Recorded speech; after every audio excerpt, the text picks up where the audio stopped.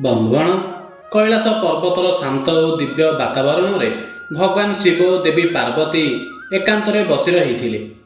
ସେହି ସମୟରେ ଦେବୀ ପାର୍ବତୀଙ୍କୁ ବ୍ୟସ୍ତ ଥିବାର ଦେଖି ଭଗବାନ ଶିବ କହିଲେ, ହେ ଦେବୀ, କଥା କ'ଣ? ଆପଣ ଏତେ ବ୍ୟସ୍ତ କାହିଁକି ଜଣାପଡ଼ୁଛନ୍ତି? କେଉଁ କଥା ଆପଣଙ୍କୁ ଏତେ ବ୍ୟସ୍ତ ବିବ୍ରତ କରୁଛି? ଦେବୀ ପାର୍ବତୀ କହିଲେ, ହେ ସ୍ୱାମୀ, ଅନେକ ଦିନରୁ ମୋରି ମନରେ ଏକ ପ୍ରଶ୍ନ ଉଙ୍କି ମାରୁଛି। ଏହାର ଉତ୍ତର ମୁଁ ଜାଣିନାହିଁ। ଭଗବାନ ଶିବ କହିଲେ, ହେ ଦେବୀ, କେଉଁ କଥା? ମୋତେ ନିଃସଙ୍କୋଚ ହୋଇ ପଚାରନ୍ତୁ। ଆପଣଙ୍କ ମନରେ ଯେଉଁ ବି ପ୍ରଶ୍ନ ରହିଛି, ମୁଁ ଆପଣଙ୍କୁ ଆପଣଙ୍କ ପ୍ରଶ୍ନର ଉତ୍ତର ଦେଇ ସନ୍ତୁଷ୍ଟ କରିବାର ପ୍ରୟାସ ଅବଶ୍ୟ କରିବି। ଦେବୀ ପାର୍ବତୀ କହିଲେ, ହେ ସ୍ୱାମୀ, ପ୍ରତ୍ୟେକ ମନୁଷ୍ୟ କିଛି ନା କିଛି ସ୍ୱପ୍ନ ଅବଶ୍ୟ ଦେଖିଥାନ୍ତି। ସେମାନେ ସେହି ସ୍ୱପ୍ନକୁ ଅଣଦେଖା କରିଦିଅନ୍ତି। ଏହି ହେତୁ ମୋରି ମନରେ ଏହି ପ୍ରଶ୍ନ ଉଠୁଛି କି ସ୍ୱପ୍ନରେ କ'ଣ ଦେଖିଲେ ଶୁଭ ହୋଇଥାଏ ଓ କ'ଣ ଦେଖିଲେ ଅଶୁଭ ହୋଇଥାଏ? ହେ ସ୍ୱାମୀ, ଏହି ପ୍ରଶ୍ନର ଉତ୍ତର ଦେଇ ମୋତେ ସନ୍ତୁଷ୍ଟ କରିବାର ପ୍ରୟାସ ଅବଶ୍ୟ କରନ୍ତୁ। ଭଗବାନ ଶିବ କହିଲେ, ହେ ଦେବୀ, ଆପଣଙ୍କ ଏହି ପ୍ରଶ୍ନ ସମସ୍ତ ମାନବ ଜାତିର କଲ୍ୟାଣ ପାଇଁ ଉଦ୍ଦିଷ୍ଟ ଅଟେ। କିନ୍ତୁ ହେ ଦେବୀ, ଏହି ପ୍ରଶ୍ନର ଉତ୍ତର ଦେବା ଆଗରୁ ମୁଁ ଆପଣଙ୍କୁ କିଛି କଥା କହିବି, ଯାହାକୁ ଆପଣ ମନ ଧ୍ୟାନ ଦେଇ ଶେଷ ଯାଏଁ ଶୁଣନ୍ତୁ। କାରଣ ଅଧାଅଧୁରା ଜ୍ଞାନ ସର୍ବଦା ବିଷ ସହ ସମାନ ହୋଇଥାଏ। ଯିଏ ବି ଏହି କଥାକୁ ମନ ଧ୍ୟାନ ଦେଇ ଶେଷ ଯାଏଁ ଶୁଣିବ, ତାରି ଉପରେ ମୋରି ଆଶୀର୍ବାଦ ସର୍ବଦା ବନି ରହିବ। ଦେବୀ ପାର୍ବତୀ କହିଲେ, ହେ ସ୍ୱାମୀ, ଆପଣ କଥା ଶୁଣାଇବା ଆରମ୍ଭ କରନ୍ତୁ। ମୁଁ ଏହାକୁ ଅବଶ୍ୟ ମନ ଧ୍ୟାନ ଦେଇ ଶେଷ ଯାଏଁ ଶୁଣିବି। ଭଗବାନ ଶିବ କହିଲେ, ହେ ଦେବୀ, ସ୍ୱପ୍ନ ମନୁଷ୍ୟ ଜୀବନରେ ଖାସ୍ ମହତ୍ଵ ରହିଛି। ପ୍ରାୟତଃ ଲୋକମାନେ ରାତିରେ ଶୋଇବା ସମୟରେ କେତେ ପ୍ରକାରର ଜିନିଷ ଦେଖିଥାନ୍ତି। କିଛି ସ୍ୱପ୍ନ ଭଲ ହୋଇଥାଏ ତ କିଛି ସ୍ୱପ୍ନ ଭୟଙ୍କର ହୋଇଥାଏ। କେତେଥର ଏପରି ହୋଇଥାଏ କି ଗୋଟେ ହିଁ ସ୍ୱପ୍ନ ତାଙ୍କୁ ବାରମ୍ବାର ଦେଖାଯାଇଥାଏ। ନିଦରେ ଦେଖାଯାଉଥିବା ସ୍ୱପ୍ନ କେବଳ କଳ୍ପନା ହୋଇନଥାଏ। ସ୍ୱପ୍ନ ଶାସ୍ତ୍ରରେ ଏହି ସ୍ୱପ୍ନକୁ ଭବିଷ୍ୟତରେ ହେବାକୁ ଥିବା ଘଟଣାମାନର ସଂକେତ ମାନାଯାଇଥାଏ। କେତେଥର ଏହି ସ୍ୱପ୍ନ ଭଲ ଭବିଷ୍ୟତ ଆଡ଼କୁ ଇସାରା କରିଥାଏ ତ ଆଉ କିଛି ସ୍ୱପ୍ନ ଆସିବାକୁ ଥିବା ବିପଦର ସଂକେତ ଦେଇଥାନ୍ତି। ହେ ଦେବୀ, ପ୍ରଥମେ ଶୁଣନ୍ତୁ, ସ୍ୱପ୍ନରେ କେଉଁ ଜିନିଷ ଦେଖିଲେ ଶୁଭ ହୋଇଥାଏ। ସ୍ୱପ୍ନରେ କୁକୁର ଅଲଗା ଅଲଗା ଅବସ୍ଥାରେ ଦେଖା ଦେଇଥାନ୍ତି। ଯଦି ସ୍ୱପ୍ନରେ ଆପଣଙ୍କୁ କୁକୁର ଦେଖାଯାଏ, ତେବେ ଏହାର ଅର୍ଥ କି କୌଣସି ପୁରୁଣା ସାଙ୍ଗକୁ ଆପଣ ଭେଟିପାରନ୍ତି। ଯଦି ସ୍ୱପ୍ନରେ ଆପଣଙ୍କୁ ସିଂହ ଦେଖାଯାଏ, ତେବେ ଏହାର ଅର୍ଥ ଆପଣଙ୍କ ଅଟକି ରହିଥିବା କାର୍ଯ୍ୟ ପୂରା ହେବାକୁ ଯାଉଛି। ମୋକଦ୍ଦମାରେ ଆପଣଙ୍କ ବିଜୟୀ ହେବ। ଯଦି ସ୍ୱପ୍ନରେ ଗାଈର ବାଛୁରୀ ଦେଖାଯାଏ, ତେବେ ଏହା ବହୁତ ଶୁଭ ସଂକେତ ଅଟେ। ଏହା ଆପଣଙ୍କୁ ଧନ ପ୍ରାପ୍ତିର ସୂଚନା ଦିଏ। ଯଦି ସ୍ୱପ୍ନରେ ଆପଣଙ୍କୁ ଧଳା ଗାଈ ଦେଖାଯାଏ, ତେବେ ଆପଣଙ୍କୁ ବେପାରରେ ଲାଭ ମିଳିବ। ଯଦି ଆପଣ ସ୍ୱପ୍ନରେ ଗାଈର କ୍ଷୀର ବାହାରୁଥିବାର ଦେଖନ୍ତି, ତେବେ ଏହାର ଅର୍ଥ କି ସମ୍ପତ୍ତିରେ ଆପଣଙ୍କର ବୃଦ୍ଧି ହେବ। ଏହା ସହ ବହୁତ ଲୋକ ନିଜ ସ୍ୱପ୍ନରେ ସାପ ନିଶ୍ଚୟ ଦେଖିଥାନ୍ତି। ସେମାନେ ଏହାକୁ ଦେଖି ଡରି ଯାଆନ୍ତି। କିଛି ଲୋକ ଖରାପ ହେବାର ଅନୁଭବ କରିଥାନ୍ତି, କିନ୍ତୁ ଏହା ଏପରି କିଛି ହୋଇନଥାଏ। ସାପ କିମ୍ବା ନାଗ ଦେଖିବା ବହୁତ ଶୁଭ ହୋଇଥାଏ। ଏହାର ଅର୍ଥ କି ଆପଣଙ୍କ ଜୀବନରେ ସବୁ ପ୍ରକାର ସୁଖ ସମୃଦ୍ଧି ଆସିବାକୁ ଯାଉଛି। ମାଛକୁ ଲକ୍ଷ୍ମୀଙ୍କ ସୂଚକ କୁହାଯାଇଥାଏ। ଯଦି ଆପଣଙ୍କୁ ସ୍ୱପ୍ନରେ ମାଛ ଦେଖାଯାଏ, ତେବେ ଏହା ଆପଣଙ୍କୁ ଧନ ପ୍ରାପ୍ତି ହେବାର ସୂଚନା ଦିଏ। ହାତୀକୁ ସ୍ୱପ୍ନରେ ଦେଖିବା ଶୁଭ ସୂଚକ ହୋଇଥାଏ। କୁହାଯାଇଥାଏ କି ଏହାଦ୍ୱାରା ଜୀବନରେ ସୁଖ ସମୃଦ୍ଧିରେ ବୃଦ୍ଧି ହେବ। ଯଦି ଆପଣ ସ୍ୱପ୍ନରେ ହାତୀ ଓ ହାତୁଣୀଙ୍କ ଯୋଡ଼ା ଦେଖନ୍ତି, ତେବେ ଏହା ଆପଣଙ୍କ ବିବାହିତ ଜୀବନ ବହୁତ ଖୁସିରେ ଅତିବାହିତ ହେବ। ଯଦି ଆପଣ ନିଜେ ହାତୀ ଉପରେ ସବାରି କରୁଥିବାର ସ୍ୱପ୍ନ ଦେଖନ୍ତି, ତେବେ ଏହାର ଅର୍ଥ କି ଆପଣଙ୍କ ଜୀବନରେ ସୁଖ ଶାନ୍ତିରେ ବୃଦ୍ଧି ହେବ। ଯଦି ଆପଣ ସ୍ୱପ୍ନରେ ଘୋଡ଼ା ଉପରେ ଚଢ଼ୁଥିବାର ଦେଖନ୍ତି, ତେବେ ଏହା ଆପଣଙ୍କ କାର୍ଯ୍ୟରେ ଆଗକୁ ବଢ଼ିବାର ସୁଯୋଗ ମିଳିବ। ଯଦି ଝିଟିପିଟି ଡରିକରି ପଳାୟନ କରୁଥିବାର ସ୍ୱପ୍ନରେ ଦେଖାଯାଏ ତେବେ ଏହା ଏକ ଶୁଭ ସଂକେତ ହୋଇଥାଏ। ଯଦି ସ୍ୱପ୍ନରେ ଆପଣଙ୍କୁ ମହୁମାଛିରେ ଭର୍ତ୍ତି ହୋଇଥିବା ଫେଣା ଦେଖାଯାଏ ତେବେ ଏହା ବହୁତ ଶୁଭ ହୋଇଥାଏ। ଏହାଦ୍ୱାରା ଆପଣଙ୍କ ପରିବାର ଏକଜୁଟ ହୋଇ ରହିବାର ସଂକେତ ଦିଏ। ଯଦି ଆପଣଙ୍କୁ ସ୍ୱପ୍ନରେ ଜଳୁଥିବା ଦୀପ ଦେଖାଯାଏ ତେବେ ଏହା ସର୍ବଦା ଶୁଭ ସଂକେତ ହୋଇଥାଏ, କାରଣ ଜଳୁଥିବା ଦୀପ ଅନ୍ଧାରକୁ ଆଲୋକିତ କରିଥାଏ। ଯଦି ଆପଣ ସ୍ୱପ୍ନରେ ନିଜେ ପୂଜାପାଠ କରୁଥିବାର ଦେଖନ୍ତି ତେବେ ଏହାର ଅର୍ଥ କି ଆପଣଙ୍କ ସମସ୍ୟାମାନ ଶୀଘ୍ର ହିଁ ସମାପ୍ତ ହେବାକୁ ଯାଉଅଛି। ସ୍ୱପ୍ନରେ ନିଆଁକୁ ଦେଖିବା ଭଲ ହୋଇଥାଏ। ଏହାଦ୍ୱାରା ଅଟକି ରହିଥିବା ଧନ ଆପଣଙ୍କୁ ମିଳିବାର ସଂକେତ ଅଟେ। ପୁଣି କଥାକୁ ଆଗକୁ ବଢ଼ାଇ ଭଗବାନ ଶିବ କୁହନ୍ତି, ହେ ଦେବୀ, ଯଦି ସ୍ୱପ୍ନରେ ନଦୀ ଦେଖାଯାଏ ତେବେ ଏହା ଆପଣଙ୍କ ସ୍ୱପ୍ନ ପୂରା ହେବାକୁ ଯାଉଅଛି। ଏହାସହ ଯଦି ଆପଣ ସ୍ୱପ୍ନରେ ଇନ୍ଦ୍ରଧନୁଷ ଦେଖନ୍ତି ତେବେ ଆପଣଙ୍କ ସ୍ୱାସ୍ଥ୍ୟ ଭଲ ରହିବ। ସ୍ୱପ୍ନରେ ପାଣି ଦେଖାଯିବା ସାଧାରଣ କଥା ଅଟେ, କିନ୍ତୁ ପାଣି କିପରି ଦେଖାଯାଉଛି ଏହାର ଖାସ୍ ମହତ୍ଵ ମାନାଯାଇଥାଏ। ଯଦି ସ୍ୱପ୍ନରେ ସାଫ, ସ୍ୱଚ୍ଛ ଓ ଶାନ୍ତ ପାଣି ଦେଖାଯାଏ ତେବେ ଏହାକୁ ସକାରାତ୍ମକ ସଂକେତ ରୂପରେ ଦେଖାଯାଇଥାଏ। ଏହା ମାନସିକ ଶାନ୍ତି, ଭାବନାତ୍ମକ ସନ୍ତୁଳନ ଓ ଜୀବନରେ ନୂଆ ଆରମ୍ଭ କରିବା ଇଚ୍ଛାର ପ୍ରତୀକ ହୋଇଥାଏ। ଆଖୁ ସମୃଦ୍ଧି, ପରିଶ୍ରମ ଓ ମିଠାର ପ୍ରତୀକ ଅଟେ। ଯଦି ସ୍ୱପ୍ନରେ ଆଖୁ କ୍ଷେତ କିମ୍ବା ଆଖୁରସ ବାହାରୁଥିବାର ଦେଖାଯାଏ ତେବେ ଏହା ଆର୍ଥିକ ଲାଭ ଓ ଚାକିରିରେ ଉନ୍ନତି ଏବଂ ସନ୍ତାନ ସୁଖର ସଂକେତ ହୋଇପାରେ। ସ୍ୱପ୍ନରେ ମନ୍ଦିର ଦେଖିବା ଈଶ୍ୱରଙ୍କ ନିକଟତା, ଭୟର ନାଶ ଓ ଉଚିତ ମାର୍ଗରେ ଚାଲିବାର ସଂକେତ ଅଟେ। ଏପରି ସ୍ୱପ୍ନ ପରେ ଶିବ କିମ୍ବା ବିଷ୍ଣୁଙ୍କ ସ୍ତୁତି କରନ୍ତୁ। ସୁନା ବୈଭବ, ଧନ ଓ ପ୍ରତିଷ୍ଠାର ପ୍ରତୀକ ଅଟେ। ଯଦି ସ୍ୱପ୍ନରେ ସୁନା ଦେଖାଯାଏ ତେବେ ଏହା ବତାଇଥାଏ କି ଆପଣଙ୍କ ଧନ ପ୍ରାପ୍ତିର ପ୍ରବଳ ଯୋଗ ରହିଛି। ନିବେଶରେ ଲାଭ ହେବ ଓ ସମ୍ପତ୍ତି ସମ୍ବନ୍ଧିତ କାର୍ଯ୍ୟରେ ଲାଭ ମିଳିବ।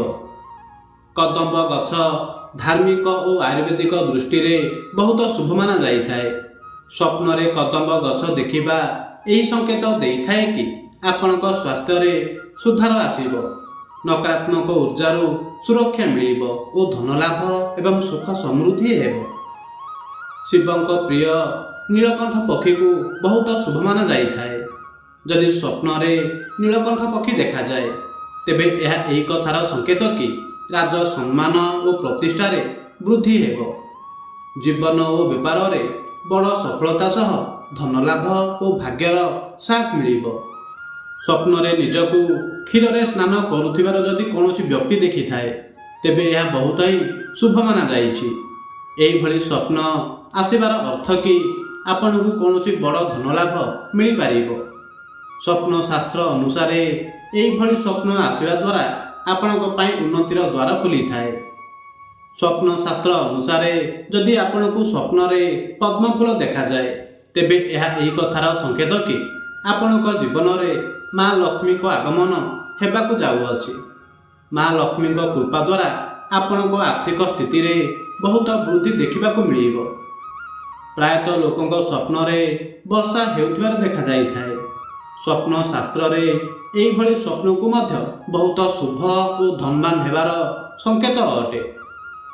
ସ୍ୱପ୍ନରେ ଶୁଆ ଦେଖିବା ବହୁତ ଶୁଭ ମାନାଯାଇଥାଏ। ସ୍ୱପ୍ନରେ ଶୁଆକୁ ଦେଖିବା ଏହା ଦର୍ଶାଇଥାଏ କି ଜୀବନରେ ଏବେ ସନ୍ତୁଳନ ଆସିବ।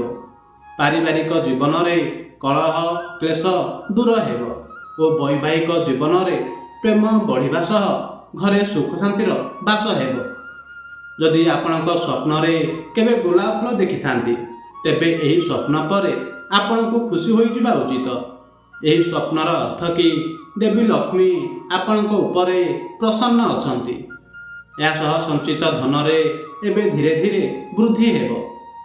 ଯଦି ଆପଣ ପାହାଡ଼ ଚଢ଼ୁଥିବାର ସ୍ୱପ୍ନ ଦେଖନ୍ତି ତେବେ ଏହାର ଅର୍ଥ କି ଆପଣ ଜୀବନରେ ଉନ୍ନତି କରିବାକୁ ଯାଉଛନ୍ତି। ଏହିଭଳି ସ୍ୱପ୍ନ ସର୍ବଦା ସଫଳତାର ଶିଖର ଆଡ଼କୁ ଯିବା ପାଇଁ ଇସାରା ଦେଇଥାଏ। ସ୍ୱପ୍ନରେ ନେଉଳକୁ ଦେଖିବା ଶୁଭ ମାନାଯାଇଥାଏ। ଧର୍ମଶାସ୍ତ୍ର ଓ ପୌରାଣିକ ମାନ୍ୟତା ଅନୁସାରେ ନେଉଳ ସ୍ୱପ୍ନ ଆସିବାର ଅର୍ଥ କି ଆପଣଙ୍କ ଆର୍ଥିକ ପକ୍ଷ ମଜବୁତ ହେବ। ସ୍ୱପ୍ନରେ ପାନ ଖାଇବା ବହୁତ ହିଁ ଶୁଭ ସଂକେତ ଅଟେ। ପାନ ଗଣେଶ ଓ ଲକ୍ଷ୍ମୀଙ୍କୁ ପ୍ରିୟ ଅଟେ। ସ୍ୱପ୍ନରେ ଯଦି ଆପଣ ପାନ ଖାଉଥିବାର ଦେଖାଯାଏ ତେବେ ବୁଝି ନିଅନ୍ତୁ କି ଆପଣଙ୍କୁ ଶୀଘ୍ର ହିଁ ସଫଳତାର ସ୍ୱାଦ ମିଳିବାକୁ ଯାଉଛି। ପୁଣି କଥାକୁ ଆଗକୁ ବଢ଼ାଇ ଭଗବାନ ଶିବ କହିଲେ, ହେ ଦେବୀ ପାର୍ବତୀ, ଏବେ ଶୁଣନ୍ତୁ କେଉଁ ସ୍ୱପ୍ନ ଦେଖିଲେ ଅଶୁଭ ହୋଇଥାଏ। ଯଦି କୌଣସି କୁକୁର ଆପଣଙ୍କୁ ସ୍ୱପ୍ନରେ କାନ୍ଦୁଥିବାର ଦେଖାଯାଏ ତେବେ ଏହା ବହୁତ ଅଶୁଭ ଅଟେ। ଏହା ଏହି କଥାକୁ ଦର୍ଶାଏ କି ଆପଣଙ୍କୁ କୌଣସି ଖରାପ ସମାଚାର ମିଳିବାକୁ ଯାଉଛି। ସ୍ୱପ୍ନରେ ବିଲେଇକୁ ଦେଖିବା ଅର୍ଥ କି କାହା ସହ ଆପଣଙ୍କ ଝଗଡ଼ା ହେବ। ସ୍ୱପ୍ନରେ ଓଟ ଦେଖିବା ଅଶୁଭ ହୋଇଥାଏ। ସ୍ୱପ୍ନରେ ଚାଲୁଥିବା ଓଟକୁ ଦେଖିବା ଅର୍ଥ କି ଆପଣଙ୍କ କୌଣସି ଶାରୀରିକ ସମସ୍ୟା ଉତ୍ପନ୍ନ ହୋଇପାରେ। ଯଦି ଆପଣ ସ୍ୱପ୍ନରେ କୌଣସି ଓଟକୁ ଛିଡ଼ା ହୋଇଥିବାର ଦେଖନ୍ତି ତେବେ ଏହା ଆପଣଙ୍କ ଉପରକୁ କୌଣସି ବି ବିପତ୍ତି ଆସିପାରେ। ଯଦି ଆପଣ ସ୍ୱପ୍ନରେ ଘୁଷୁରି ଦେଖନ୍ତି ତେବେ ଏହାର ଅର୍ଥ କି ଆପଣଙ୍କୁ କୌଣସି ଶାରୀରିକ ଅସୁବିଧା ହୋଇପାରେ। ସ୍ୱପ୍ନରେ ଝିଟିପିଟି ଦେଖିବା ବହୁତ ଅଶୁଭ ହୋଇଥାଏ। ଆପଣଙ୍କୁ ସ୍ୱପ୍ନରେ ଝିଟିପିଟି କେଉଁଭଳି ଭାବେ ଦେଖାଯାଏ ଏହି କଥା ଉପରେ ତାରି ରହସ୍ୟ ଲୁଚି ରହିଛି। ଯଦି ସ୍ୱପ୍ନରେ ଝିଟିପିଟି ଗୋଟେ ହିଁ ଜାଗାରେ ବସି ରହିଥିବାର ଦେଖାଯାଏ ତେବେ ଏହାର ଅର୍ଥ କି କୌଣସି ଦୁର୍ଘଟଣା ବା ହାନି ହେବାକୁ ଯାଉଅଛି। ଯଦି ଝିଟିପିଟି କୌଣସି କୀଟକୁ ଖାଉଥିବାର ସ୍ୱପ୍ନରେ ଦେଖାଯାଏ ତେବେ ଏହା ଘରେ କିମ୍ବା ଆଖପାଖରେ ଚୋରି ହୋଇପାରେ। ସ୍ୱପ୍ନରେ ଭଁର ଦେଖିବା ବହୁତ ଅଶୁଭ ମାନାଯାଇଛି। ଏହି ସ୍ୱପ୍ନ ଦେଖିବାର ଅର୍ଥ କି ଆପଣଙ୍କୁ କିଏ ନିଜର ଧୋକା ଦେବାକୁ ଯାଉଛନ୍ତି। ଏହା ସହ ଆପଣଙ୍କୁ କୌଣସି କଷ୍ଟକାରୀ ଯାତ୍ରାର ସାମ୍ନା କରିବାକୁ ପଡ଼ିବ। ଯଦି ସ୍ୱପ୍ନରେ ବିଛା ଆପଣଙ୍କୁ ଚୋବାଉଥିବାର ଦେଖାଯାଏ ତେବେ ଏହା କୌଣସି ହାନି ବା କ୍ଷତିର ସଂକେତ ଅଟେ। ସ୍ୱପ୍ନରେ କାହାକୁ ଭୂତ ରୂପରେ ଦେଖିବା ଅଶୁଭ ମାନାଯାଇଥାଏ। ଏହାର ଅର୍ଥ କି ଭବିଷ୍ୟତରେ ଆପଣଙ୍କୁ କୌଣସି ପ୍ରକାରର ଭାରି କ୍ଷତିର ସାମ୍ନା କରିବାକୁ ପଡ଼ିପାରେ।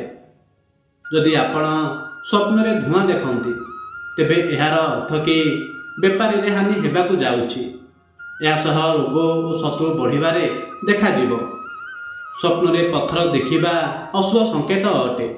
ଏହା ଏହି କଥାର ସଂକେତ କି ଆସିବାକୁ ଥିବା ସମୟରେ ଆପଣ ବିପତ୍ତିରେ ପଡ଼ିବେ। ଯଦି ଆପଣ ସ୍ୱପ୍ନରେ କୌଣସି ବିଧବା ମହିଳାକୁ ଦେଖନ୍ତି ତେବେ ଏହାର ଅର୍ଥ କି ଆପଣଙ୍କୁ କୌଣସି ହାନି ସହିବାକୁ ପଡ଼ିବ। ଏହା ସହ ସ୍ୱପ୍ନରେ ଯଦି ଭାଙ୍ଗି ଯାଇଥିବା ଦର୍ପଣ ଦେଖନ୍ତି ତେବେ ଏହା ଏକ ଖରାପ ସଂକେତ ଅଟେ। ଆପଣଙ୍କ ଜୀବନରେ ଏକ ଦୁଃଖଦ ଘଟଣା ଘଟିପାରେ। କୌଣସି ନିକଟତର ପ୍ରିୟଜନଙ୍କ ଅକାଳ ବିୟୋଗର ଖବର ଆସିପାରେ। ଯଦି ଆପଣଙ୍କୁ ସ୍ୱପ୍ନରେ କଳାସାପ ଚୋବେଇବାର ଦେଖନ୍ତି ତେବେ ଏହା ବେମାର ବା କୌଣସି ବଡ଼ ଦୁର୍ଘଟଣାର ସଂକେତ ମାନାଯାଇଥାଏ। ଏହା ସହ ଯଦି ସ୍ୱପ୍ନରେ ଆପଣ କଳା କାଉ ଦେଖନ୍ତି ତେବେ ଏହା କୌଣସି ଖରାପ ଖବର କିମ୍ବା ଦୁର୍ଘଟଣାର ସଂକେତ ଅଟେ। ଯଦି ସ୍ୱପ୍ନରେ ସୂର୍ଯ୍ୟାସ୍ତ ହେବାର ଦେଖାଯାଏ ତେବେ ଏହା ଏହି କଥାର ସଂକେତ କି କୌଣସି କାମରେ ଆପଣଙ୍କ ଅସଫଳତା କିମ୍ବା ଅଶୁଭ ଘଟଣାର ସୂଚନା ଅଟେ। ଯେବେ ସ୍ୱପ୍ନରେ କୌଣସି ହିଂସ୍ର ପ୍ରାଣୀ ଆପଣଙ୍କ ପିଛା କରୁଥିବାର ଦେଖାଯାଏ ତେବେ ଏହା ବହୁତ ଅଶୁଭ ସଂକେତ ମାନାଯାଇଥାଏ।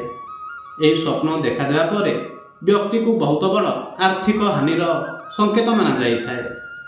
ଯଦି ସ୍ୱପ୍ନରେ କୌଣସି ବ୍ୟକ୍ତି ଚଢ଼େଇକୁ ଉଡ଼ୁଥିବାର ଦେଖିଥାଏ ତେବେ ଏହା ସ୍ୱପ୍ନଶାସ୍ତ୍ର ଅନୁସାରେ ବ୍ୟକ୍ତିକୁ ଧନହାନି ହୋଇଥାଏ ଏବଂ ବ୍ୟକ୍ତି କାଙ୍ଗାଳି ଆଡ଼କୁ ବଢ଼ିବାରେ ଲାଗିଥାଏ। ବନ୍ଧୁଗଣ, କଥାକୁ ସମାପ୍ତ କରି ଭଗବାନ ଶିବ କହିଲେ, ହେ ଦେବୀ, ଆଶା କରୁଛି ଏହି କଥାର ମାଧ୍ୟମରେ ଆପଣଙ୍କୁ ଆପଣଙ୍କ ପ୍ରଶ୍ନର ଉତ୍ତର ମିଳିଯାଇଥିବ। ଦେବୀ ପାର୍ବତୀ କହିଲେ, ହେ ସ୍ୱାମୀ, ଆପଣଙ୍କ ଏହି କଥା ମୋତେ ସନ୍ତୁଷ୍ଟ ପ୍ରଦାନ କରିଛି। ଆପଣଙ୍କୁ କୋଟି କୋଟି ପ୍ରଣାମ। ବନ୍ଧୁଗଣ, ଆଶା କରୁଛି ଏହି କଥାଟି ଆପଣଙ୍କୁ ନିଶ୍ଚୟ ପସନ୍ଦ ଆସିଥିବ। ଯଦି ଏହି କଥାଟି ଆପଣଙ୍କୁ ପସନ୍ଦ ଆସିଥାଏ ତେବେ କମେଣ୍ଟ ବକ୍ସରେ ହର ହର ମହାଦେବ ନିଶ୍ଚୟ ଲେଖିଦିଅନ୍ତୁ। ଏହା ସହ ଭିଡ଼ିଓକୁ ଲାଇକ୍ କରି ଆମର ୟୁଟ୍ୟୁବ୍ ଚ୍ୟାନେଲକୁ ସବସ୍କ୍ରାଇବ୍ କରିଦିଅନ୍ତୁ। ଧନ୍ୟବାଦ।